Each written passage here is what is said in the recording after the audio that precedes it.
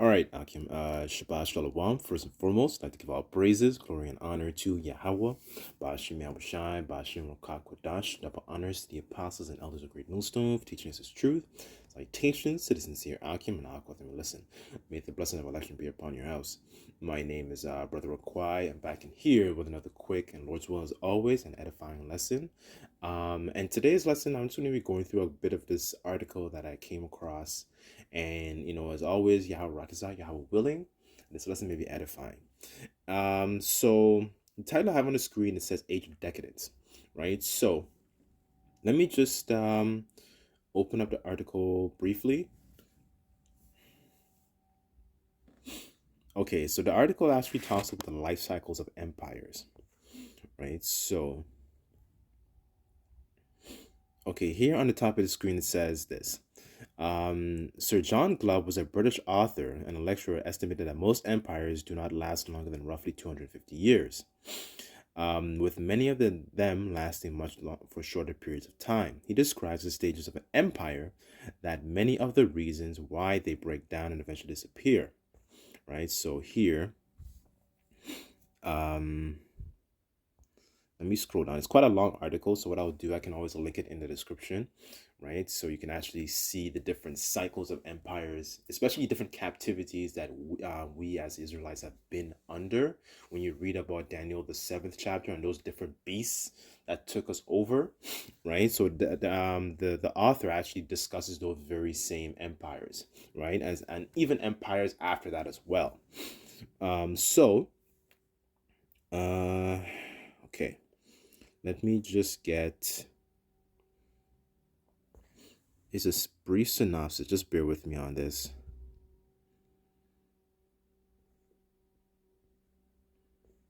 Okay, I'll just read them as I scroll down, but there's really one point I really just want to touch on, right? So, okay, so here you have the first one. It says the age of outbursts and pioneers and the age of conquests, right? So, here, the second stage is the age of commerce, so things to do with money. Let's see. Here it says the age of affluence. Here it says the abundance of wealth and comfort begins to injure the qualities that made the nation successful. Right. Let's keep going. The fourth stage is this age of intellect. People no longer um, are martially minded.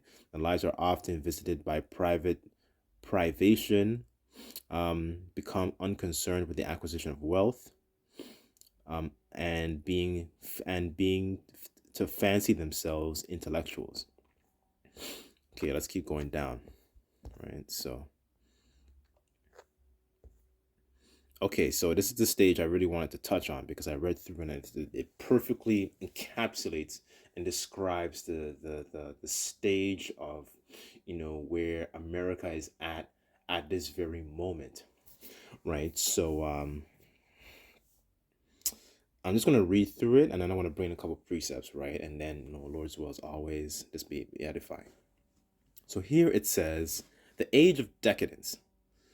Now, during the last stages of decadence, as a matter of fact, let me get that word decadence. Let me just so we can get an understanding of what's going on and what's being spoken of here.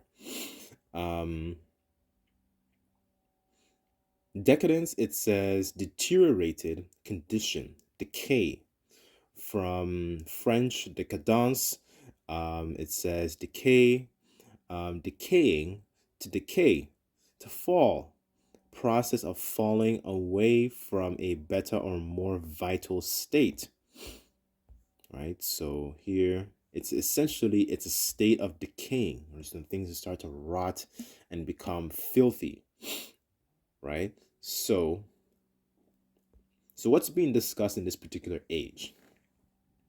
Okay, so it says during the last stages of decadence and decline, and empires often think about highly of and imitate athletes, musicians, actors, despite how corrupt these celebrities' private lives are. Remarkably, according to Gulab Pasha, in 10th century Baghdad during the Muslim Abbasid Empire, the writers complained that the singer's love songs had a bad influence on the young people. It seems that the old adage is true. The more things change, the more things stay the same, right? As a matter of fact, let me just get a quick precept. Quick precept. Just bear with me on this. Ecclesiastes 1, verse 9, and it says, "The thing that hath been, it is that which shall be, and that which is done is that which shall be done, and there is no new thing under the sun." Verse 10, "Is there anything whereof that may be said, See, this is new? It hath been already of old time, which was before us," right? So there is there is a perpetual cycle that that things happen and reoccur in different periods of time. And reincarnation is a very common theme that you find prevalent throughout the scriptures, and now we're living in a very revised Roman, Greco-Roman Empire with the same very similar infrastructure, right? Just like the ancient Roman Empire was, right? So, um, let's continue. Here it says, because people grow emotionally attached to the music they love, they have a high regard for its singers and want to emulate them. Inevitably, popular music's often spiritually rotten lyrical content, as such as foul language, blunt sexual references, glorifying immorality, and even satanic allusions at times, influences fans, right? And this is exactly what's going on. When you listen to a lot of the current music that actually is being, pushed forth today, when certain celebrities, like very young celebrities, they might put out an album for so on and so forth. Eventually, they go to their concerts, and their concerts have this very blatant, like satanic imagery. I know Travis Scott, like for example, Travis Scott was one example. Kendrick Lamar, Kendrick Lamar is beefing with Drake, and then there's another point they also added as well about different celebrities' private lives, and even though I'm not too concerned about Diddy, but this is kind of lends to the point about, okay, so Diddy, for example, there's a lot of information coming about his private life, coming up with the private lives of these different celebrities that our people really really look up to, and then eventually they realize, oh my goodness, these people are very very filthy. Their private lives are very very filthy. They're kind of like, if I had to equate it, they're kind of like I don't want to say like the scribes and Pharisees. They kind of portray a very similar, a squeaky clean type of image on the outside, and the inside is just full of dead men's bones. That's kind of like the one parallel I just came to my mind in regards to how to properly describe a lot of these people, right? These people, and these people are not as, they're not people who you should really be following, right? So let me just get another.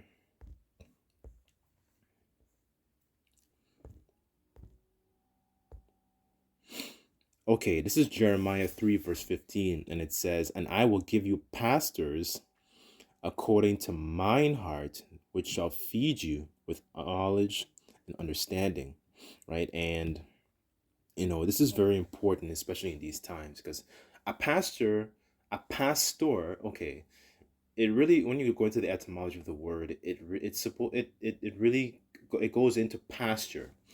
And pasture is a place essentially where sheep, goats, and cattle graze and they eat off the land, right? So they're supposed to feed you with what? Wisdom, understanding, right? Because knowledge and wisdom and knowledge shall be the stability of thy times, right? So through our apostles and elders on down, it has given us this understanding of knowing who we are, coming back to our heritage, and essentially cleaning ourselves up, right? This is really the point, and that's the point of a pastor.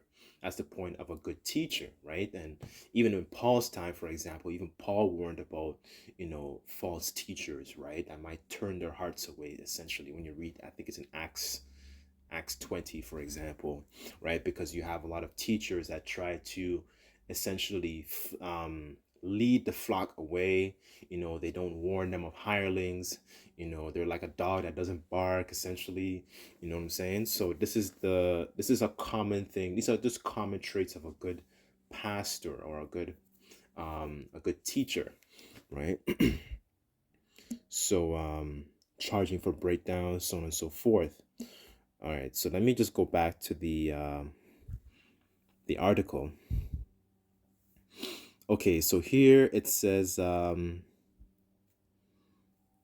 furthermore, the immoral lifestyles of many musicians, often including drug abuse and promiscuous sex, um, also have an impact on society. Society in decline is marked by several characteristics.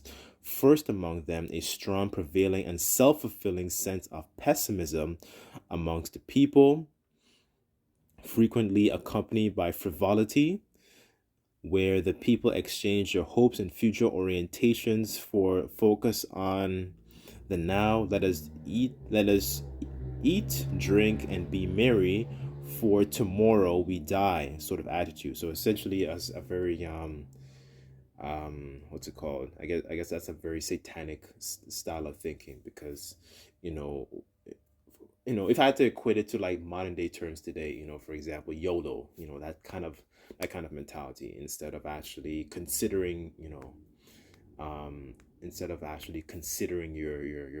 actions, essentially considering your relationship with the Lord, and that's the mentality that is perpetuated in the society today, Western society, I should say, as well, right? Instead of actually trying to learn how to do well, like the scriptures say. As a matter of fact, let's go to, I think that's in Sirach. Just give me 1 second, brothers. Okay, Sirach 17 and 25, it says, return unto the Lord Yahweh, Bashim Yahushai, and forsake thy sins, and make thy prayer before his face, and offend less.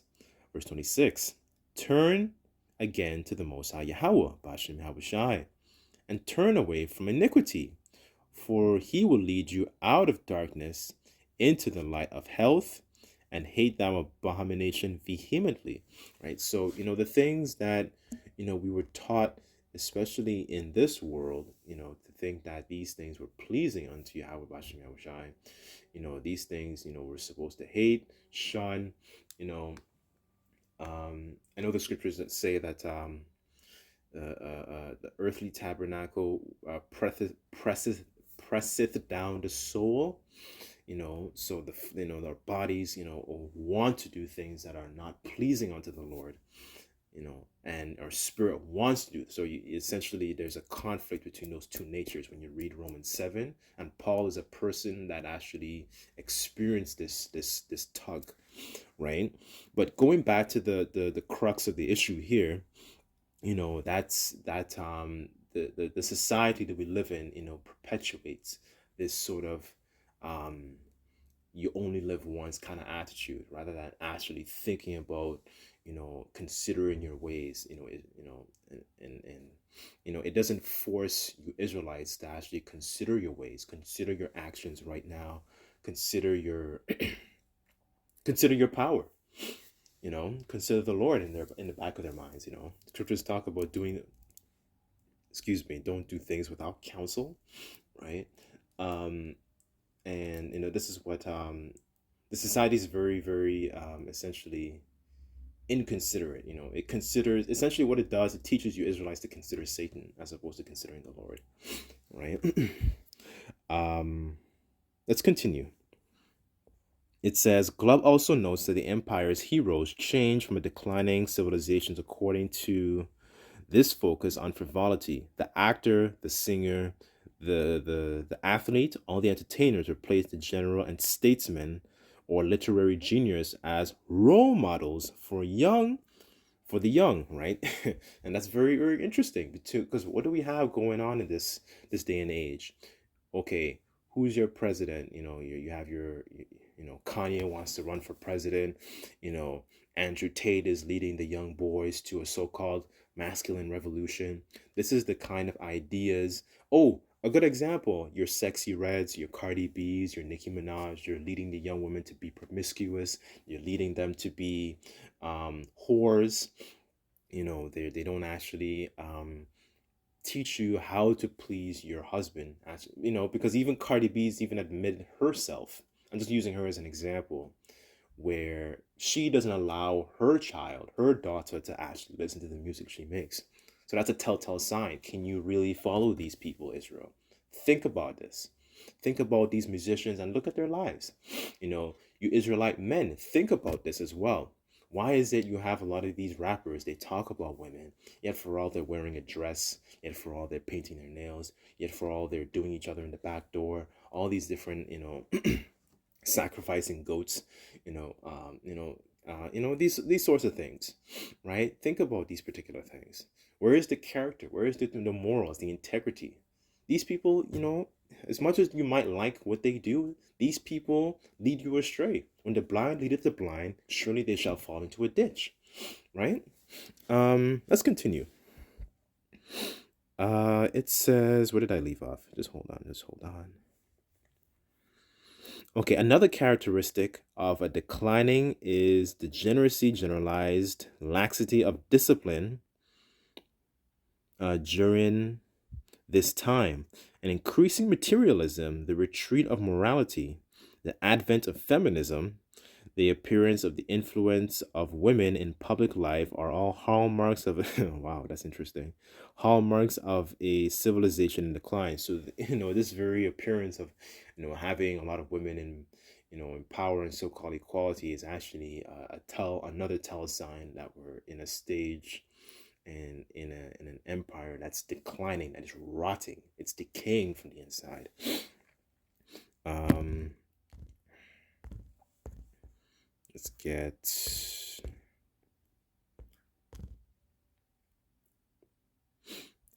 Revelation 18, verse 3, and it says, "For all nations have drunken of the wine of the wrath of her fornication, and the kings of the earth have committed fornication with her, and the merchants of the earth are waxed rich through the abundance of her delicacies." So the wine refers to a lot of these philosophies that America, that herd is referring to, that whore that is pushing upon these other nations. And this is what a lot of these other nations are secretly actually trying to fight against.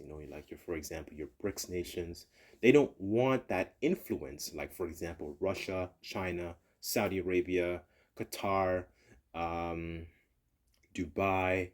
They don't want that lewdness. They don't want that shamelessness. They don't want that sort of behavior, flow into the minds of their young boys and their young girls, because they actually understand there is an order, and this is how you actually create a strong nation. They don't want that vibration. They don't want those philosophies into the minds of their people, into the minds of their children, right? But this is the vibration that America emits. This is the vibration that the West emits. So it's a very toxic. This is why a lot of these nations, they they essentially they shun America, and they shun these ways, and they're going to turn on her, especially your own allies.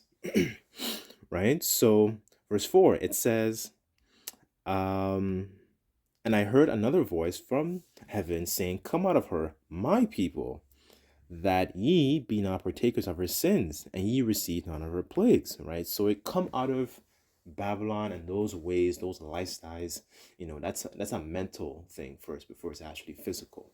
Right? So, come out of those ways, and like the scriptures I just read earlier, offend less. Right? Don't, put off those ways. Those ways are not actually they don't promote life.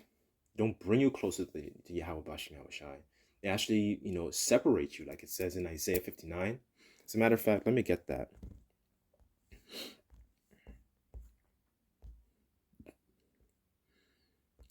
Because you Israelites don't seem to understand that One of the reasons, when you constantly just heaping sins upon sin, that keeps the Lord, his Lord hides his face, the Lord hides his face from you. And that's what he did to us as a nation. And he gave us that bill of divorce. Isaiah 59, verse 1, it says, "Behold, the Lord's hand is not shortened that it cannot save, neither his ear heavy it cannot hear." Verse 2, "But your iniquities have separated you from your power, and your sins have hid his face from you, that he will not hear. For your hands are defiled with blood, and your fingers with iniquity. Your lips have spoken lies, and your tongue have muttered perverseness." Right? So this is the nature of two-thirds of our people. So that's why they want to catch that judgment. It was, that judgment that's going to befall on Babylon the Great. Right? So, where was I? Just bear with me, brothers. Hold on. It's almost done. Almost done. It says, oh, here. Okay, so an indifference to religion also appears. The culture as club attributes expansively defined religion, the motivating force for desire to expand, conquer, subjugate, or extinguish the spirit of service, the heroic self-sacrifice for the cause also disappears. Right. So here it says third characteristics. It says intellectualism, the age of decline, is associated with philanthropy, generosity, sympathy for others, um, and nations. Let's see.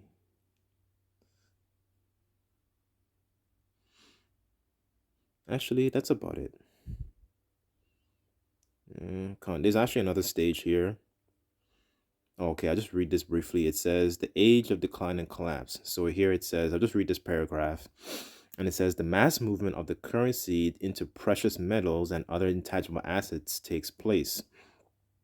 The currency collapses and the gold and silver rise in price, and they account for huge quantity of currency that was created.